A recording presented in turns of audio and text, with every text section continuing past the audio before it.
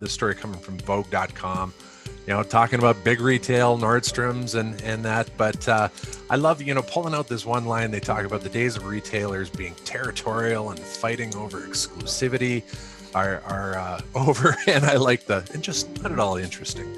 And just really talks about collaboration, sharing space with, I like this line, with kindred spirits. So what jumped out at you? So this article from Vogue.com, we'll share a link to it again, highlights the Nordstrom's collab with Dover Street Market. Dover Street Market is made up of 7 brands that are now being added to Nordstrom's LA, New York, and Vancouver stores. And this isn't the first department store boutique collab we've seen, but it's spun maybe in a different light than in the past. And Nordstrom's Vice President of Creative Projects, Olivia Kim, goes on to be quoted in this article saying, we want to support other retailers and other fashion brands just as much as we want our own retail to succeed.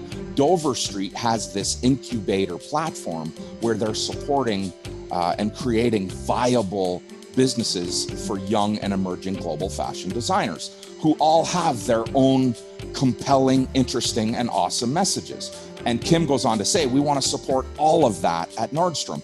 And we don't just live in this bubble where, hey, we're Nordstrom and all this stuff has to come through us. We think about retail. I love this line. We think about retail as a place where a customer can come and feel emotionally connected to us because we're giving them compelling stories through a lot of different brands and other retailers. So the takeaway for the independent retailer in this message isn't the story, isn't the collab. It's that we think about a retail as a place where a customer can come and feel emotionally connected to us. Holy cow, that is powerful. Now, let's not start thinking all kumbaya through this story. There's a tactical move here to gain and hold market share. And while the article does go on to say, as sort of you've highlighted, the days of retailers being territorial and fighting over exclusivity, are totally over, is bullshit. I'm going to let you in on a little secret. Exclusivity's been over for a long, long time.